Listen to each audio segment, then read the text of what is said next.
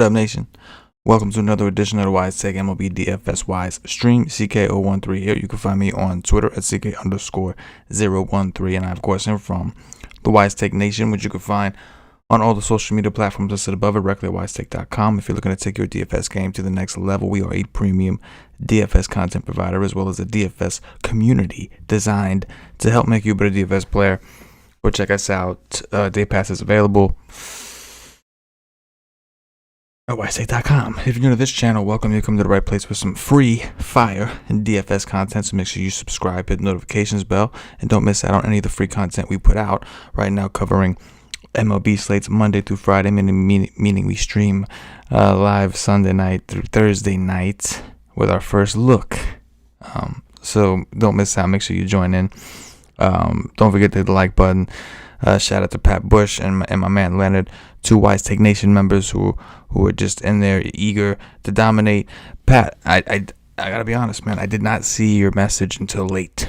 I saw it earlier today, but I did see that you had yourself a night in NBA, man. Won a smooth 800. So shout out to you, Pat. You've had a really strong NBA season, and I look forward to watching you grow and see what you could do with it next year, and obviously right now see what we could do with some MLB action. That being said, Leonard and Pat, what's going on, man? Good to go. It's good to see you guys in here. Eager to attack the slate, and we got one hell of a slate. It's a massive slate, and we have a ton of pitching. No course, but a ton of pitching.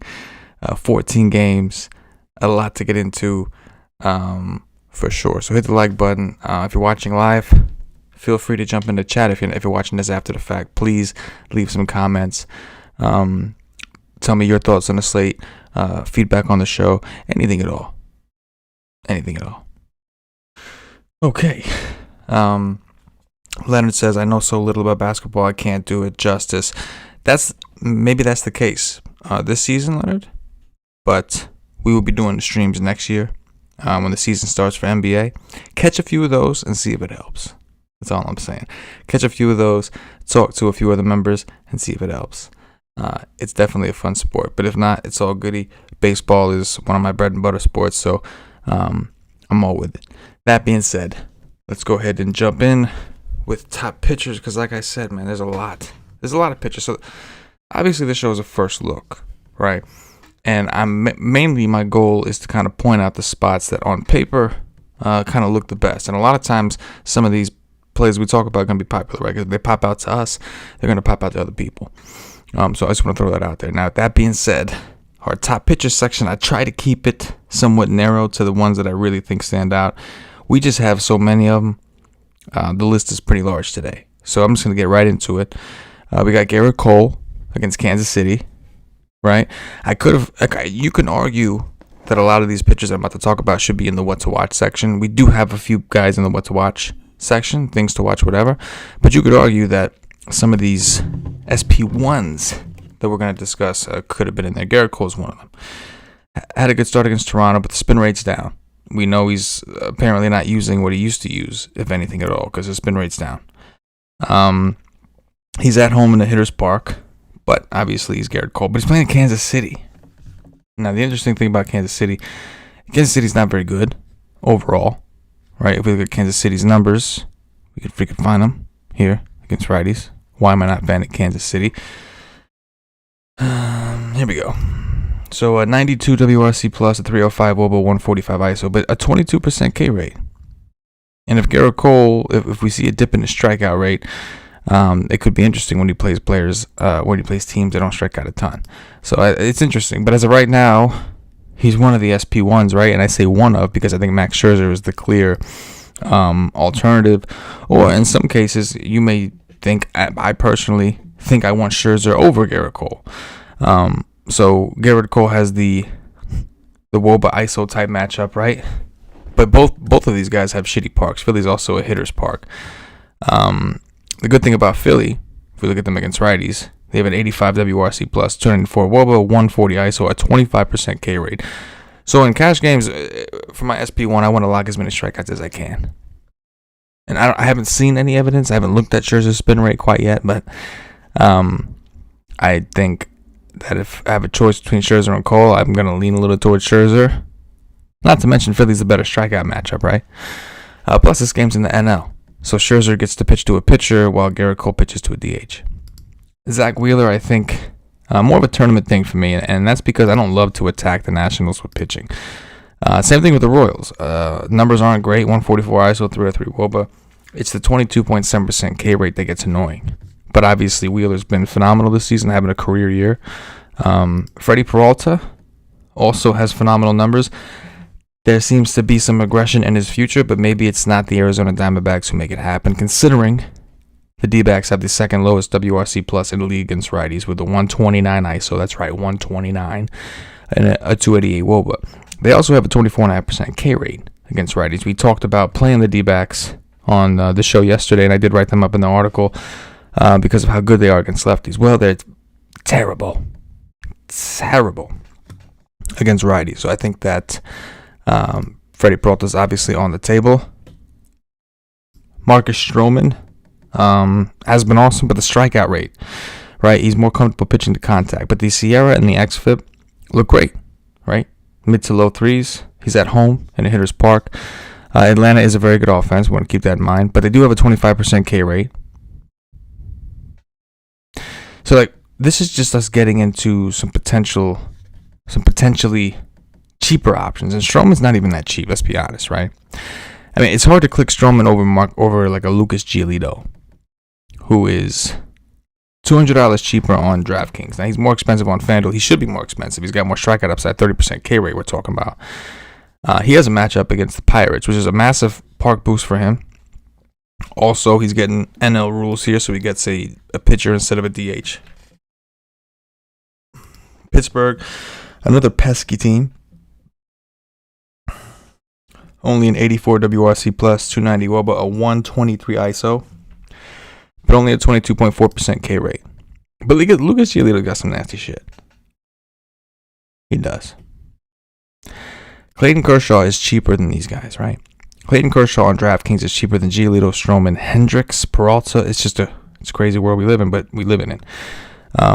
The Padres, we did talk about it yesterday. They have struggled against lefties. Tell that to Julio Urias or whatever, who got lit up in that first inning, right? I mean, Kershaw is a different breed, I think. I think he'd be fine. But you don't have to settle. You have so many pitching options, you don't have to settle. Getting even cheaper, Blake Snell. So Snell's having an off year.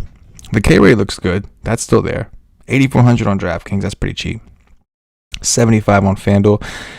I mean, everybody argued in the World Series last year that Snell shouldn't have been pulled because he was dominating the Dodgers. Can he dominate the Dodgers again? Dodgers night and day different against lefties. 23.9% K rate, 169 ISO, 308 WOBA, 99 WRC plus. Definitely a team that's much better against righties. In fact, second highest WRC plus in the league against righties. So again, Snell's another one you could argue.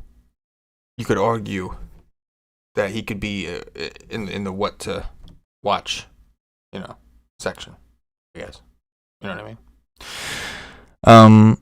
So he's an option. Charlie Morton, coming off of a phenomenal outing. He's going up against the Mets. We talked about how he had positive regression coming. Looks like it did kind of hit in that last game. The Mets offense aren't exactly slouches, but they're not untouchable either. Plus, Morton's getting a good park here. Citi Field's a great park for pitching. So he's another one you could add to the list. I think Erod is a very interesting play. I've been getting beat up chasing this guy's positive regression, but look at his ERA, 6.21. Look at his xFIP, 3.38. Sierra, 3.57. K rate, 26.8. A 380 batting average balls in play. That's crazy high. He's got it coming. He gets a massive park boost in Tampa against the Rays. The Tampa Bay Rays, 87 WRC plus, 290 WOBA, 139 ISO, and a 28.4% K rate against lefties. It's just too tempting. I'm gonna take chances. He could end up being somewhat popular, which would suck. But I don't know. Maybe people are more likely to take some shots on Snell. Probably not, because it's the price, right? That's really what draws you in here. But I mean, again, in the numbers, it just says that he should improve. He's not pitching as poorly as his results seem to indicate. The biggest issue I have with Erod is they've been weird with him on pitch counts. That's my biggest issue with him. But I'm getting him really cheap. So if you could make up for it with your SP1 and get the right bats, then maybe he's an okay SP2 with some upside. Ross Stripling has a 25% K rate. He's playing Miami. He gets a park boost out in Miami. He dominated the Yankees. Miami has a 25% K rate, a 135 ISO, 297 WOBA, 93 WRC plus. Really just 2 points lower than the Yankees against righties this year. So Stripling, obviously, a pivot if you don't feel comfortable about the era, but you're looking for some, if you're looking to save anyway, right? See, a lot of pitchers, and there's more we could have discussed, right? I had to save a couple for the what to watch or whatever, but massive pitching slate.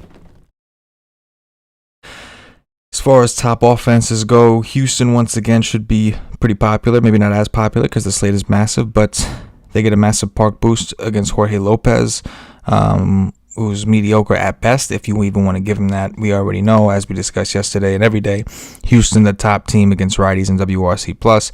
They have a 343 WOBA, 183 ISO, and only a 19% K rate, so they're going to put the ball in play. So Houston's going to be a chalk, once again, I think. I think the A's are interesting against Lyles. Lyles, another pitcher that's real bad. The A's obviously a pretty good offense, right? It's not like the park boost it used to be in Arlington, but Oakland plays in Oakland in a massive pitching park with tons of foul territory. So this is, why not? There's not very many parks that are worse than their own for hitting, right? So I think Oakland is definitely in play against Lyles. I think that the Cardinals. So the Cardinals burned me a few times. Then on a Sunday slate, when they only had a 7-inning game, they finally kind of came through against a lefty. Go figure. Scooble's been good.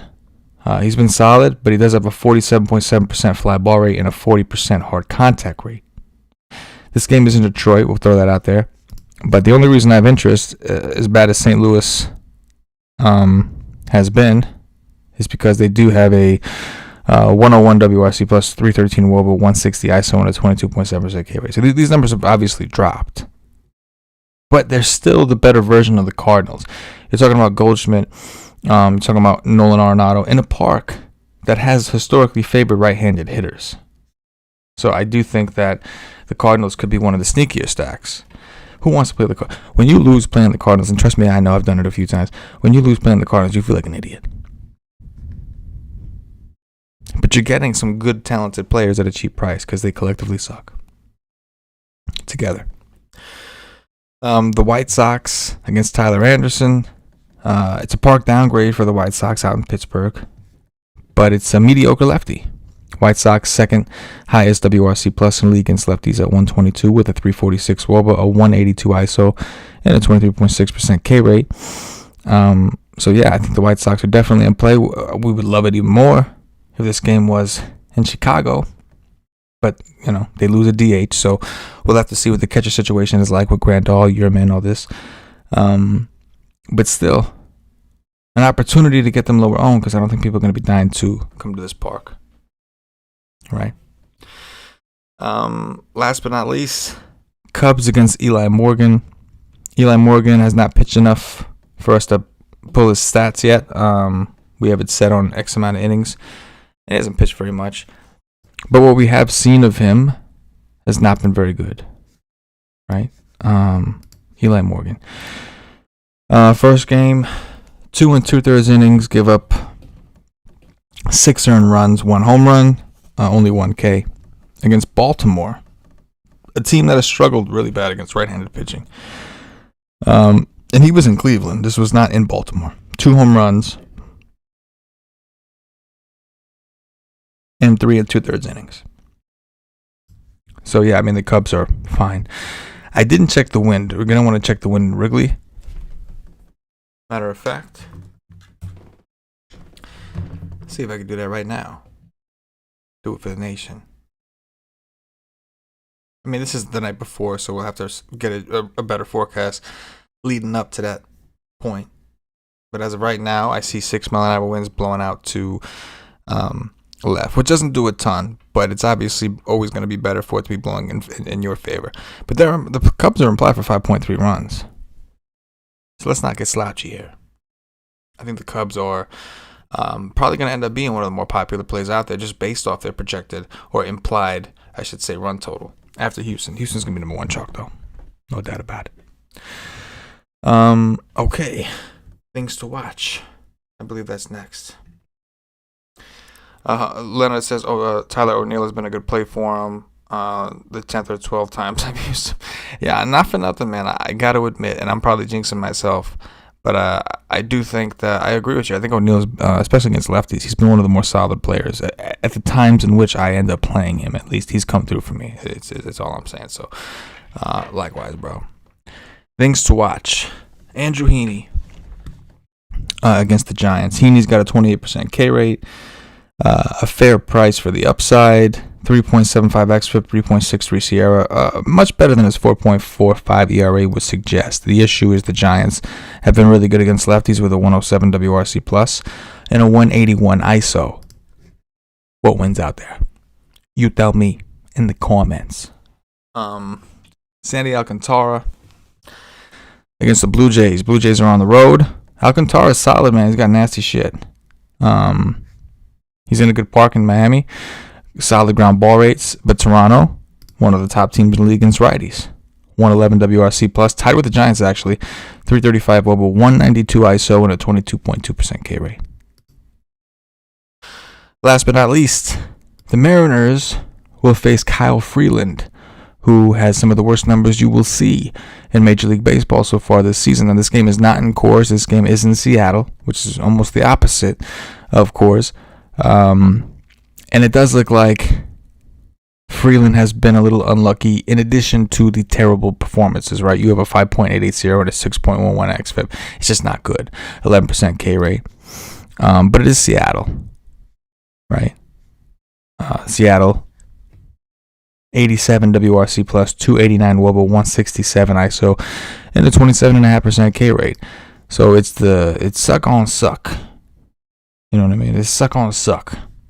But maybe one of these plays, and I would lean towards the Seattle bats if anything, would, I don't know, do something decent for you. I don't know. I mean, this is a massive slate. There's a lot. You can be here all day with all the different spots to discuss and whatnot. But I do think that that's going to wrap it up for what we're doing here. Don't forget, I do write an article at WiseTake.com, my core plays article, where I go over my favorite pitchers for cash games and tournaments. I do post these charts in the article for you guys to take a look at. I go over my the chalkier stacks I like for tournaments, the lower owned stacks I like for tournaments, and obviously I give a core for GPPs at the bottom. And then Paulie D's been killing it with his dirt sheet, getting a lot of good feedback on that. It's basically just a sheet that's designed to quickly tell you a player pool, stacks, all these different things that from Paulie's perspective. So come check us out. Our projections are up there. Our cheat sheets are up there. Go check us out. Anyway, time for some home runs, aka the Dong Watch, and then we are out of here for the day.